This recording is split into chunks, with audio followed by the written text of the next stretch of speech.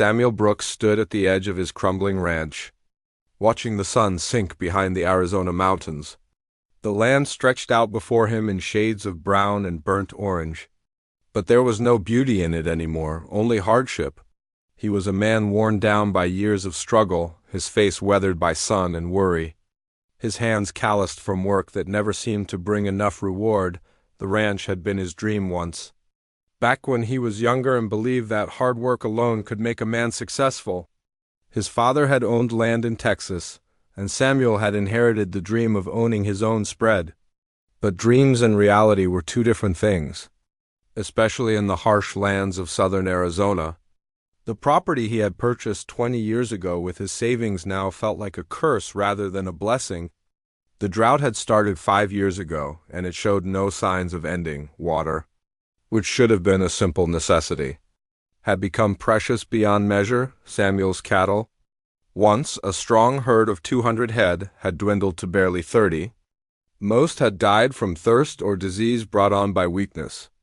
Others he had been forced to sell at prices so low they barely covered the cost of feeding them. Each loss felt like a failure, another reminder that he did not belong here. The debts piled up month after month.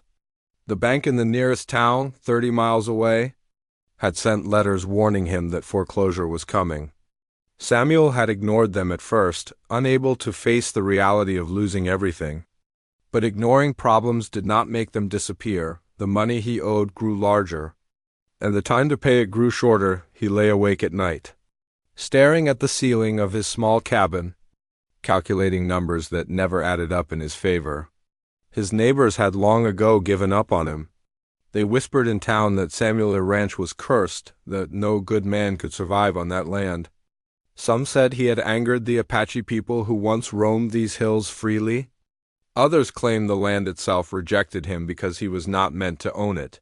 Whether these stories were true or simply the cruel gossip of people who enjoyed misfortune, Samuel could not say, but he felt the weight of their judgment like a physical thing pressing down on his chest. The Apache people were a constant presence in the region, though most townsfolk refused to speak of them with respect. Samuel had learned early on that if he wanted to survive in this land, he needed to understand and respect the people who had lived here long before he arrived.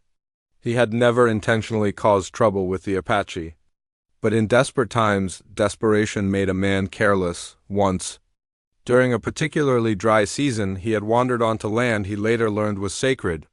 Searching for a hidden water source to save his dying cattle, he had not meant disrespect.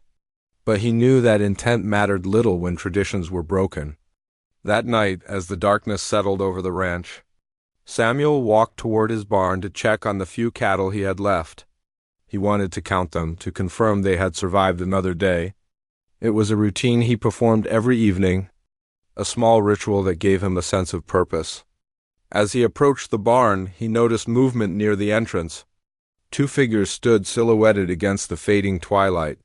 Tall and imposing, impossibly large, Samuel's heart began to race. He had heard stories about the Apache Sisters, Yana and Lita, women of legendary strength and authority, protectors who served the tribal council and upheld the laws of their people. They were figures of both fear and respect in the region, the kind of people you did not cross.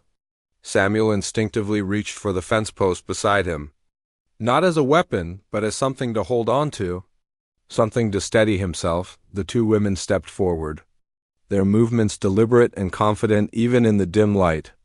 Samuel could see their impressive height and commanding presence. One of them spoke first, her voice steady and clear. "Samuel Brooks, we have traveled far to find you." Samuel's mouth went dry. He wanted to run, to hide, to disappear into the desert. But he also knew that running would only make things worse.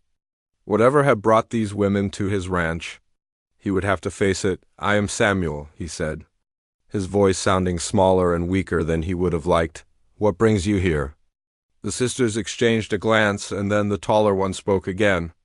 "We come on behalf of the tribal council. There are matters we must discuss with you.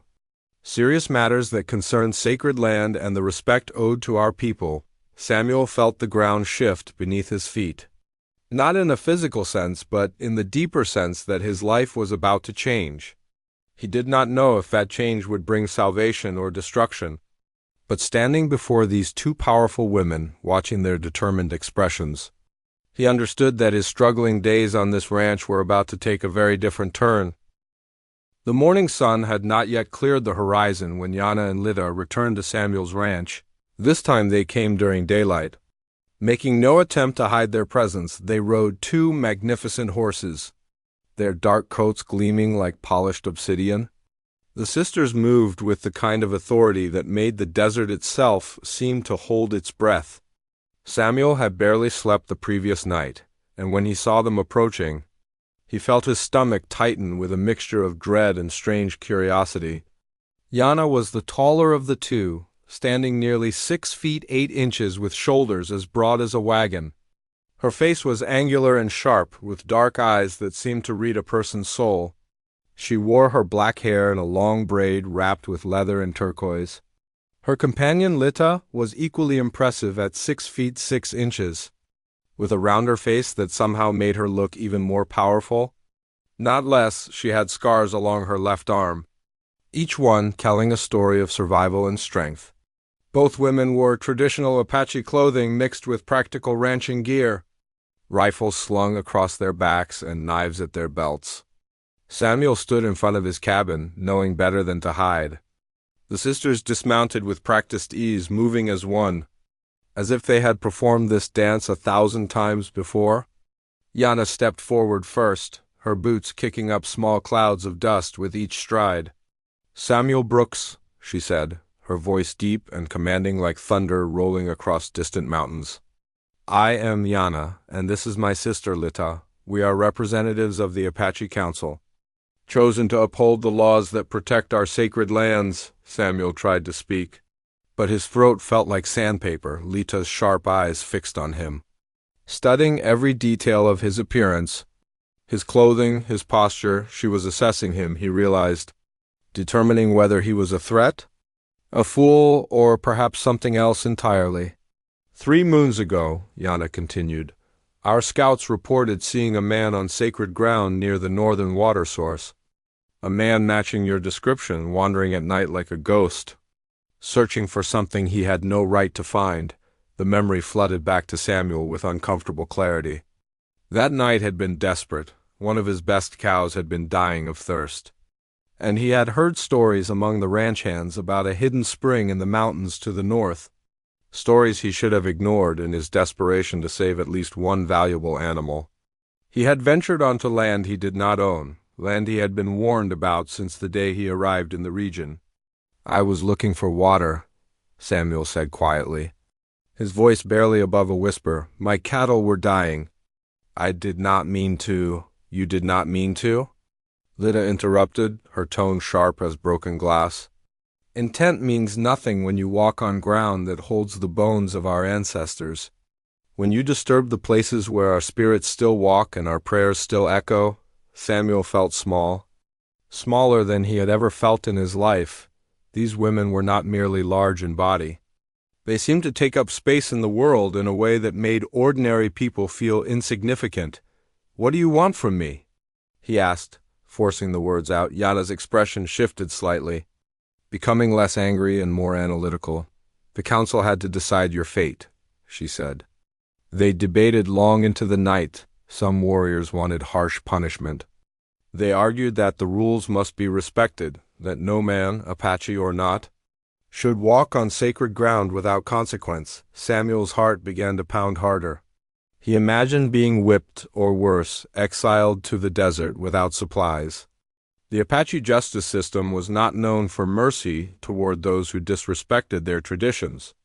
"But," Lita added, and Samuel detected the faintest hint of something different in her voice, perhaps understanding, "we spoke to the council about your situation. We have watched you from a distance for many seasons. We know your struggles, we know your cattle are dying. We know the bank is taking your land." "We know," Yana said, moving closer to Samuel until she stood only a few feet away, "that you are not a man of malice, but a man of desperation. Desperation can make fools of even good men." Samuel felt tears threatening at the corners of his eyes, but he forced them back. These women had not come to destroy him. At least not yet, so what happens now? He asked. Now, Yana said, you have a choice.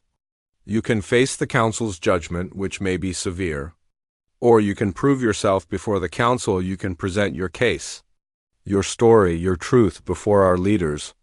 If they find merit in your words and see genuine respect in your heart, they may decide differently. Lita stepped forward and placed a strong hand on Samuel's shoulder. We will guide you to the council, she said. But know this, Samuel Brooks. The decision you make in the next few moments will shape the rest of your life. Choose wisely. Samuel stood frozen on the porch of his cabin, the weight of Lita's hand still pressing against his shoulder. The decision before him felt impossibly large, like choosing between two cliffs with a vast chasm between them. He looked from Yana to Lita, searching their faces for any hint of what the right answer might be, but found only stern expressions that revealed nothing. The wind picked up, carrying with it the scent of sage and dust, a smell that had become as familiar to Samuel as his own breath. How long do I have to decide? Samuel asked, his voice cracking slightly. Now, Yana said simply. You decide now. We did not travel this distance to wait while you contemplate.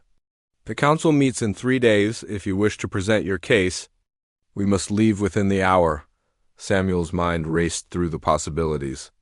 If he faced the council's judgment without presenting his side, he had heard stories of Apache justice. Stories of men punished for trespassing. Some had been banished from the region, forced to walk into the desert with nothing but the clothes on their backs. Others had been made to serve the tribe, working without pay until restitution was made. Some had simply disappeared, and no one spoke of what became of them. The thought of facing unknown punishment terrified him. But traveling with these sisters to stand before the tribal council was equally frightening in a different way. It meant leaving his ranch unattended. It meant placing his fate entirely in the hands of people who had every reason to see him as an intruder and a violator of sacred traditions. What if he said the wrong thing before the council? What if his words only made them angrier? What if they saw him as a coward for accepting this option instead of accepting swift judgment? Samuel looked out at his ranch, at the sparse cattle grazing in the distance, at the crumbling barn and the cabin that had been his home for 2 decades. This land had been his dream, but it had also been his prison. Every day brought new struggles, new failures, new reasons to question why he had ever come here. Yet the thought of leaving it, even temporarily, felt like abandonment. If I go with you, Samuel said slowly, what happens to my ranch? What if someone comes and takes what little I have left? Lita's grip on his shoulder tightened slightly. Not painfully, but enough to remind him of her strength. That is a risk you must weigh, she said. But consider this, Samuel. Your ranch is already being taken from you, inch by inch, day by day. The bank will foreclose whether you are here or not. The drought does not care about your presence. Your cattle will die whether you watch them or travel to the council. Her words cut deep because they held truth. Samuel had been clinging to his ranch like a drowning man clings to driftwood. But the driftwood was rotting beneath him. He was going down regardless of where he was standing. There is another consideration, Yana added, her tone shifting to something almost gentle, almost like kindness. If you come before the council and speak your truth, if you show respect and courage, there may be opportunities you have not imagined. The council does not simply punish. They also help those who prove worthy of help. Samuel's eyes widened slightly. What do you mean? Yana said. That the Apache people understand survival. We understand what it means to struggle against forces greater than yourself. We understand desperation. The council may see in you not an enemy, but a potential ally, a man willing to learn, to change, to respect what he does not fully understand. Samuel felt something shift inside his chest, a small spark of hope igniting in the darkness that had surrounded him for so long. These women had not come to destroy him. They had come with an offer. Perhaps not a kind offer, but an honest one. Will you protect me? He asked suddenly, before the council. Will you speak for me? Lita released his shoulder and stepped back. We will speak the truth, she said. We will tell the council of your struggles. Your character, your willingness to choose this path. Whether the council views that as protection or condemnation depends on their judgment, not ours. Samuel took a deep breath, drawing air into lungs that felt too tight. I will go with you, he said, the words tumbling out before he could change his mind. I will come before the council and present my case. I will leave my ranch in the hands of fate and whatever the desert decides. Yana nodded. A single sharp gesture. Gather what you need, she commanded. A change of clothes, something to trade if needed. Anything of value that might show the council who you are. We leave in 1 hour, the sun waits for no man. Apache or otherwise, as Samuel turned toward his cabin to gather his meager possessions. He felt both terrified and strangely liberated. He was stepping into the unknown, but at least he was stepping forward. At least he was choosing action over paralysis, whatever the council decided. He would face it with his head held high and his truth spoken clearly. The desert stretched endlessly in all directions as Samuel rode between the two sisters. The horse beneath him was not his own, but one provided by Yana from a small herd they had brought. It was a sturdy animal, strong-legged and patient, much like the women who flanked him on either side. Samuel had never been much of a horseman, preferring to work on foot across his ranch. But necessity had taught him enough to stay in the saddle without falling.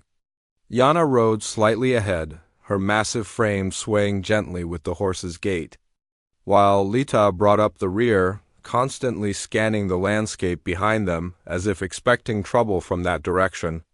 They traveled north, away from Samuel's ranch and deeper into Apache territory. The landscape transformed as they rode. The sparse, dying scrubland of his property gave way to more robust vegetation.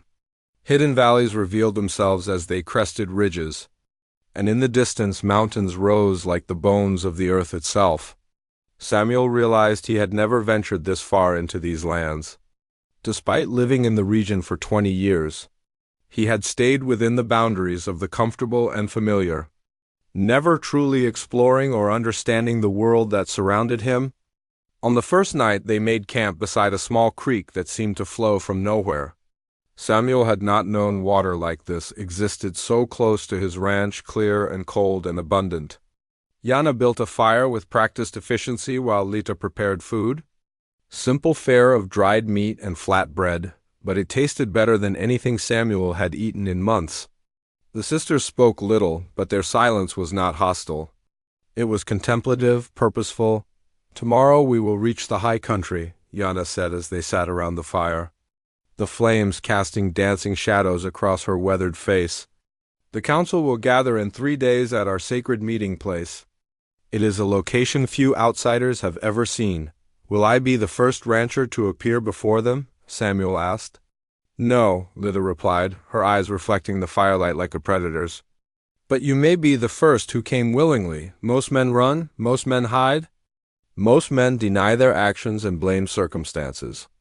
You chose differently. Samuel pondered this through the long night. Lying on his bedroll under stars so numerous and bright they seemed impossible. He had never truly considered his choice as courageous. He had seen it as accepting the inevitable. But perhaps there was a difference between resignation and acceptance. Between giving up and moving forward, the second day brought revelations. As they rode through increasingly beautiful country, Yana pointed out landmarks and told stories. She showed Samuel a cliff face where Apache warriors had once made a stand against overwhelming odds. She explained how certain rock formations held spiritual significance, how the water sources were not random but sacred, how the land itself was a living library of her people's history. Samuel listened with genuine interest, asking questions, trying to understand the deeper connection between the Apache people and this harsh, beautiful land. Lita too began to open up slightly. She shared stories of her own, tales of growing up in this region, of learning to hunt and fight, of earning her position as a council representative through acts of courage and wisdom. She spoke of the drought affecting everyone, Apache and settler alike. Your cattle die. Yes, she said during a rest period, but our herds suffer equally. Your desperation is not unique, Samuel, but your willingness to acknowledge it might be, by the third day. Samuel felt the weight of his old life lifting. Each mile they traveled seemed to shake loose another burden. Another doubt. He began to understand why these sisters had come to him. Not with threats alone, but with an offer of redemption. They had seen something in him worth saving. Or perhaps they had simply seen a man at a crossroads and decided to steer him toward truth rather than destruction. As they approached the council grounds on the afternoon of the third day, Samuel's anxiety returned, but it was different now. No longer the panic of a cornered animal, but the nervous anticipation of a man about to face his reckoning. The landscape opened into a vast valley, and at its center stood structures he had never imagined. Not grand in the way of European buildings, but powerful in their simplicity and harmony with the land. Yana slowed her horse and turned to look at Samuel. "What you do in the next few hours will define the rest of your life," she said, her voice carrying the weight of prophecy. "Speak truthfully, show respect, listen more than you speak. If the council sees a man willing to learn, willing to change, willing to honor what he has disrespected, then perhaps there is hope for you." Lita moved her horse alongside his. "We have vouched for your character," she said. "Now you must prove we were not mistaken. Are you ready?" Samuel straightened his shoulders, took a deep breath of the clear mountain air, and nodded. "I am ready," he said, and meant it with every fiber of his being. The council lodge was massive yet intimate, its structure built from logs and stone in a circular design that seemed to mirror the shape of the earth itself. Sunlight filtered through openings in the roof, creating columns of golden light that illuminated dust motes drifting through the air like tiny spirits. Samuel stood at the entrance with Yana and Lita on either side of him, his heart pounding so violently he thought surely everyone could hear it. The lodge was already full, elders seated in a semicircle, their faces weathered and wise, warriors standing along the walls, their arms crossed, their expressions unreadable. Women and younger members of the tribe sat on lower benches, all watching Samuel with expressions ranging from curiosity to outright hostility. An old man with a single eye and a face scarred like ancient leather rose to his feet. His presence commanded immediate silence. This was clearly the leader. "I am Geronimo's brother's grandson," the elder announced in a voice that carried the weight of generations. "I am called Dakota, keeper of council proceedings. You stand before us, Samuel Brooks, accused of violating sacred ground, of walking where no outsider should walk, of disrupting the peace between our peoples. Do you understand the gravity of this accusation?" Samuel's mouth felt dry as bone, but he forced himself to speak. "I do understand, sir.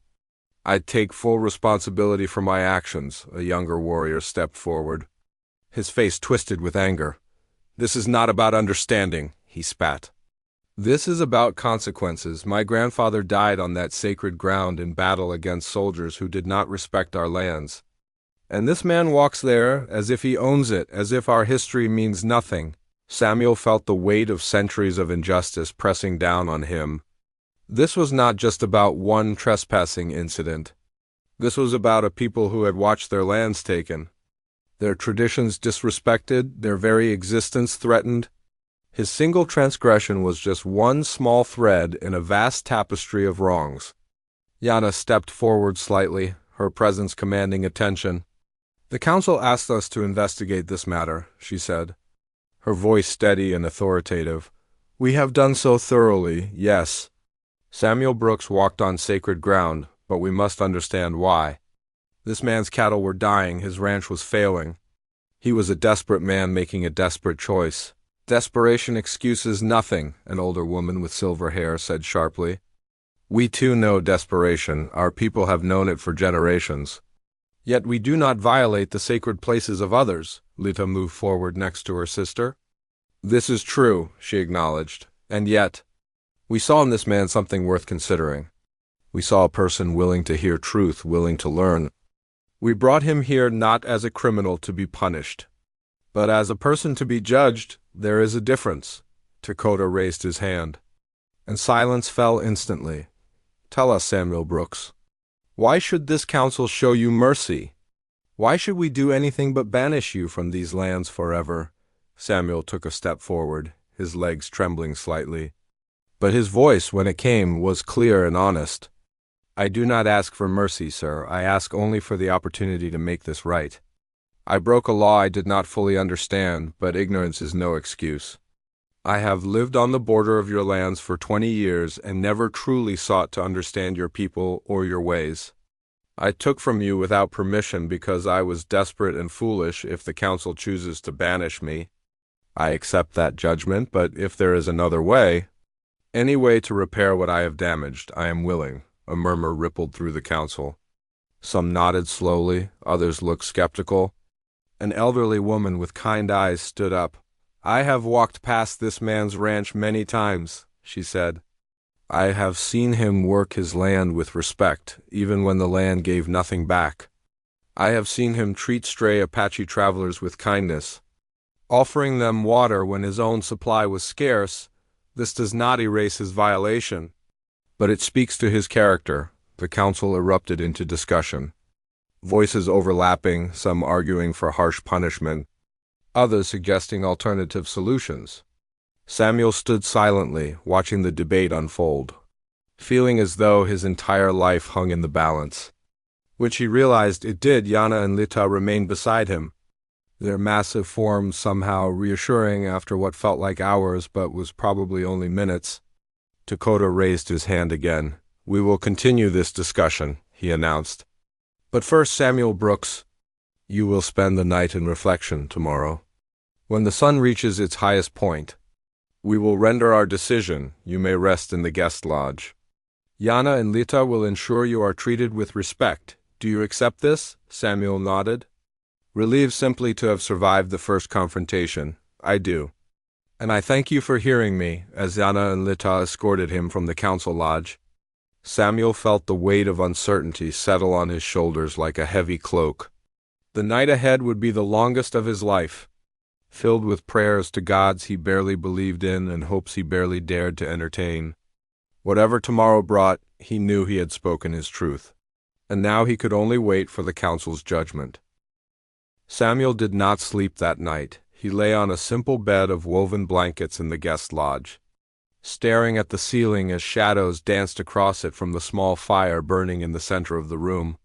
His mind replayed every word he had spoken before the council, analyzing each phrase, wondering if he had said enough or said too much, wondering if his honesty had moved them, or simply confirmed their suspicions that he was an outsider who would never truly belong.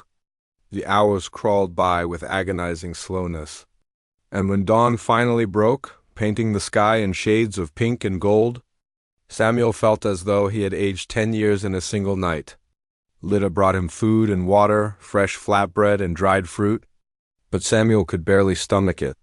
His throat felt tight, his stomach twisted into knots. You should eat, Lita said matter-of-factly, sitting across from him with her own bowl.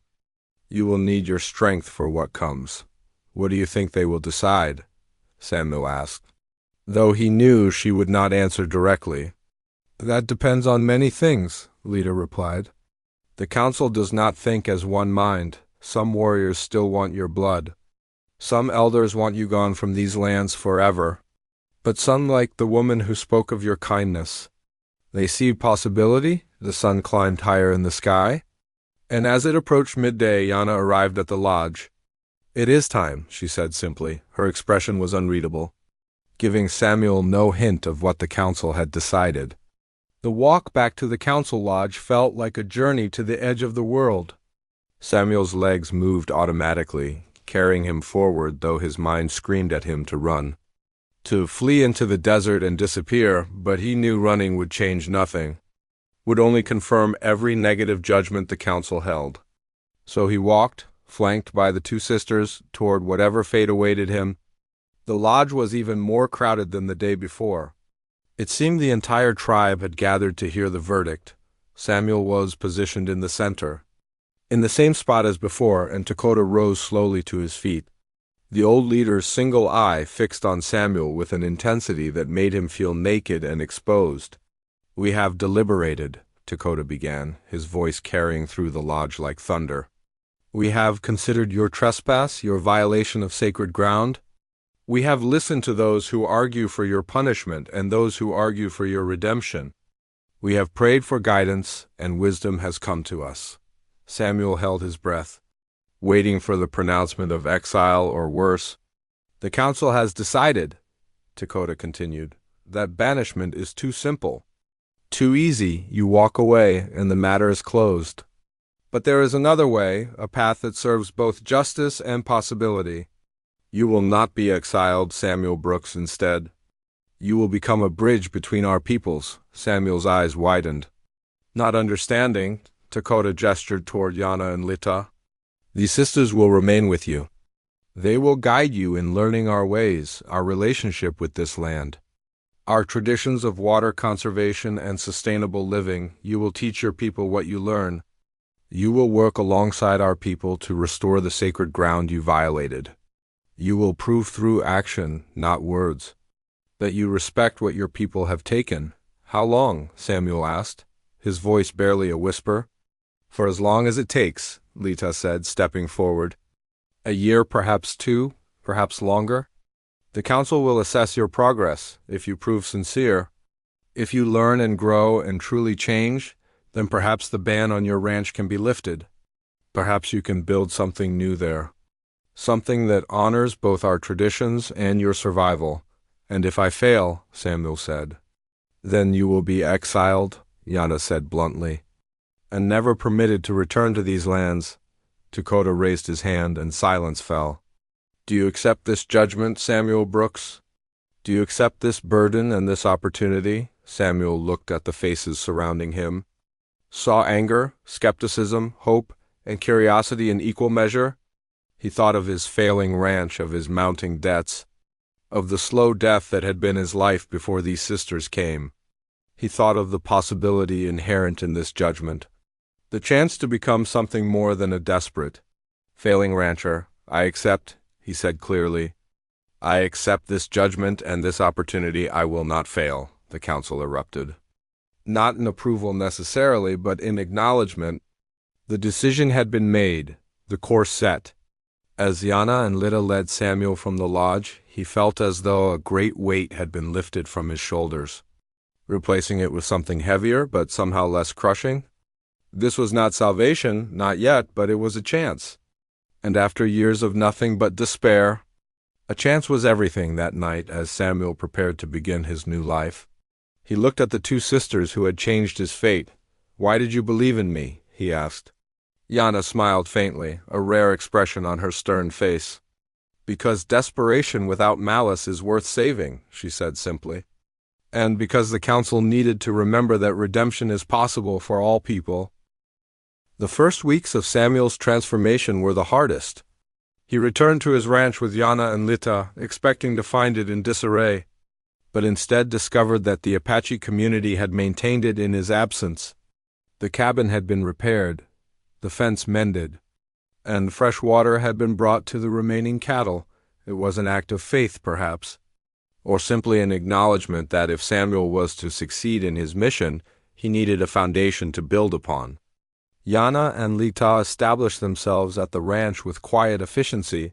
They brought tools unfamiliar to Samuel, simple devices that seemed primitive at first but proved ingenious in their function. Yana showed him how to dig a series of shallow wells that captured moisture from the earth during the cool nights, how to construct channels that guided water efficiently across the land, how to read the subtle signs of the earth that indicated where water might be found.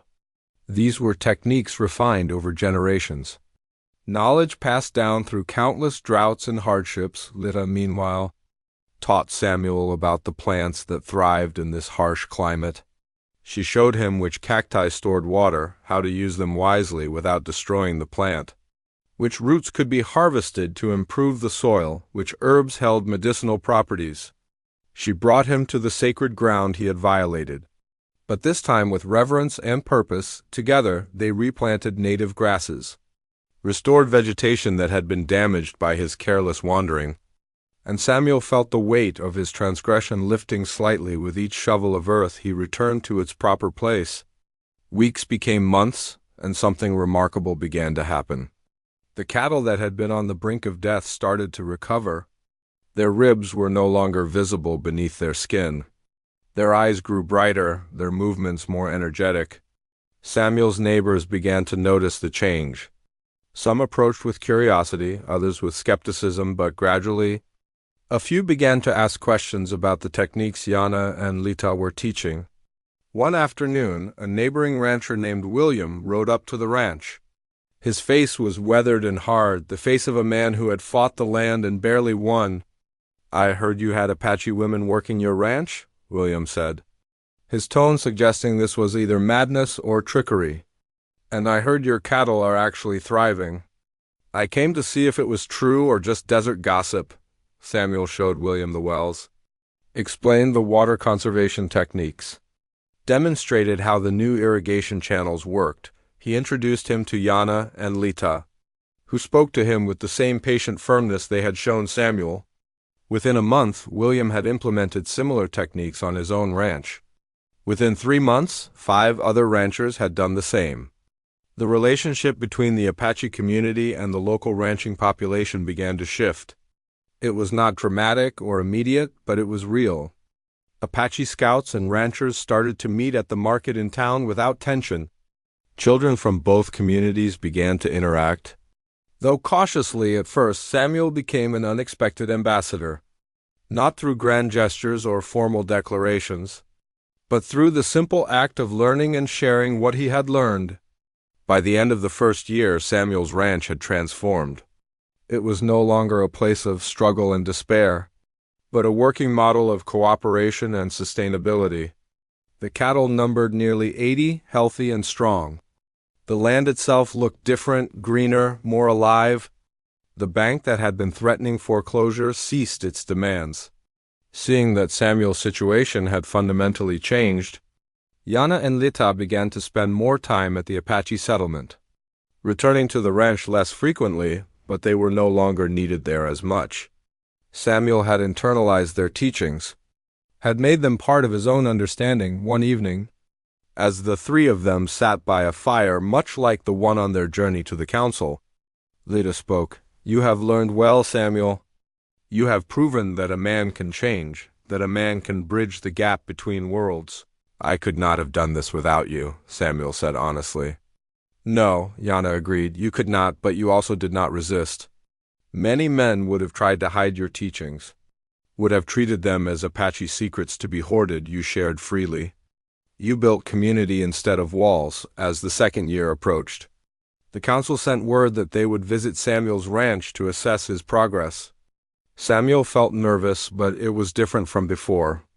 This was not the anxiety of someone facing judgment, but the anticipation of someone eager to show how far he had come. The council arrived on a clear morning, Dakota leading the group, his single eye taking in every detail. The healthy cattle, the restored land, the evidence of genuine transformation. He walked the property slowly, carefully, then turned to Samuel. "You have honored your commitment," the old leader said.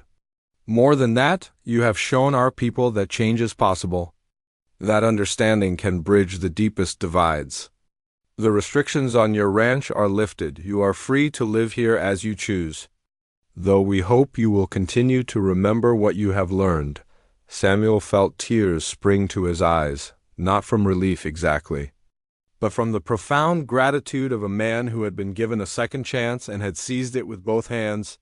His life was not perfect, but it was full of purpose, meaning, and genuine connection to the land and people around him. The poor, desperate rancher he had been was gone, replaced by a man who understood that true wealth came not from ownership, but from relationship. 5 years had passed since Samuel Brooks stood before the Apache Council. 5 years since 2 giant sisters had appeared at his dying ranch and offered him a choice that would reshape his entire existence. The poor rancher who had once wandered desperately through the desert searching for hidden water sources had become something entirely different. A symbol of what was possible when pride was surrendered and humility was embraced. Samuel's ranch had grown into something remarkable, not through expansion or conquest, but through thoughtful stewardship and genuine partnership. He now employed 20 workers, half Apache, half settlers, men and women who worked together with respect and purpose. The cattle numbered over 300, the healthiest herd in the region. The water systems he had learned from Yana and Lita had become legendary. Ranchers from as far away as New Mexico came to study his techniques, to learn the secrets that had transformed barren land into productive ground. The Apache Council had offered him official status as a cultural liaison, a position that carried both honor and responsibility. Samuel traveled between the ranching communities and the Apache settlements, sharing knowledge, mediating disputes, ensuring that the bridges he had built remained strong and traversable. He had learned to speak basic Apache, to understand the spiritual significance of the land, to respect traditions that seemed foreign at first but now felt like an essential part of his own identity. Yana and Lita had become permanent fixtures in the region's history. Their names were spoken with reverence by Apache and settler alike. Stories spread about the two giant sisters who had seen redemption in a desperate man and given him the tools to transform himself. Children grew up hearing tales of their wisdom and strength, of how they had changed not just one man, but an entire community through an act of faith and courage. Yana had become a council elder, her voice carrying tremendous weight in all decisions affecting their people.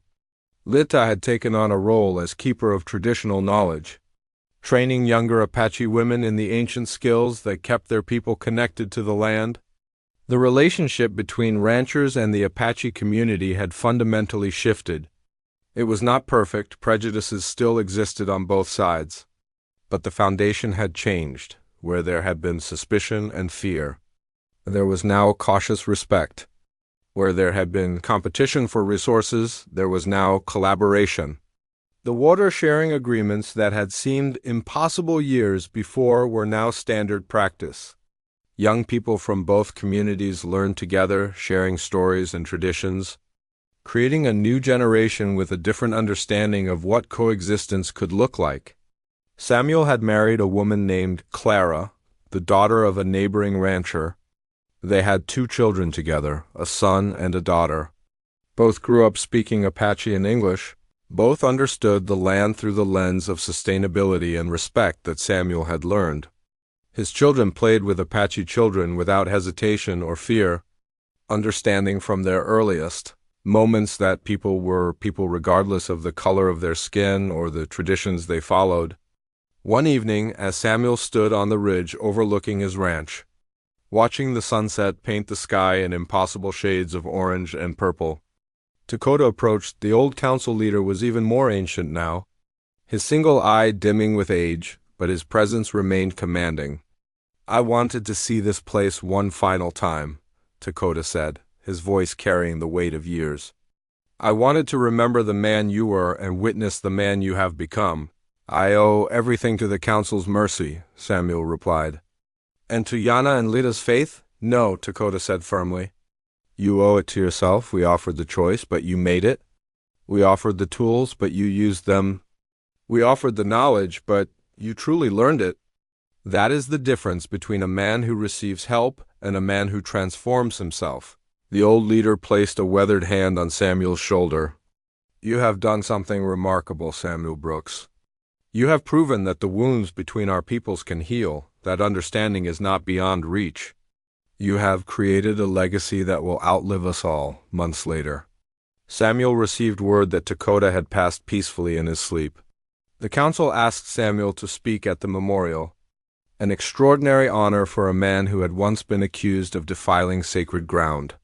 Standing before hundreds of Apache people and settlers alike, Samuel spoke of the old leader's wisdom, his capacity to see potential in unlikely places, his belief that redemption was always possible for those willing to accept it. "Dakota gave me more than a second chance," Samuel said, his voice steady and clear. "He gave me the opportunity to understand that walls built between people are fragile things, easily crossed by those brave enough to try. He gave me sisters who became guides, elders who became teachers, and a community that became my family." Years continued to pass. Samuel's hair turned silver, his face became more lined, but his eyes remained clear and purposeful.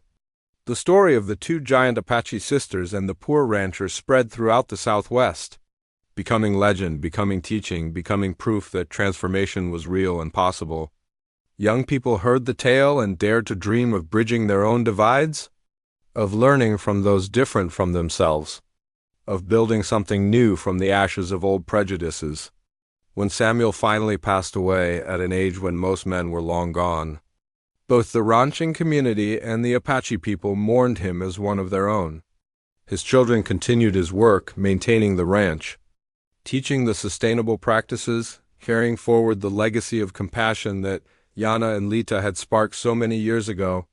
The two sisters, though they too had grown old, attended his memorial, standing like monuments to the power of second chances, a testament to the belief that even the most unlikely transformations are possible when courage meets opportunity.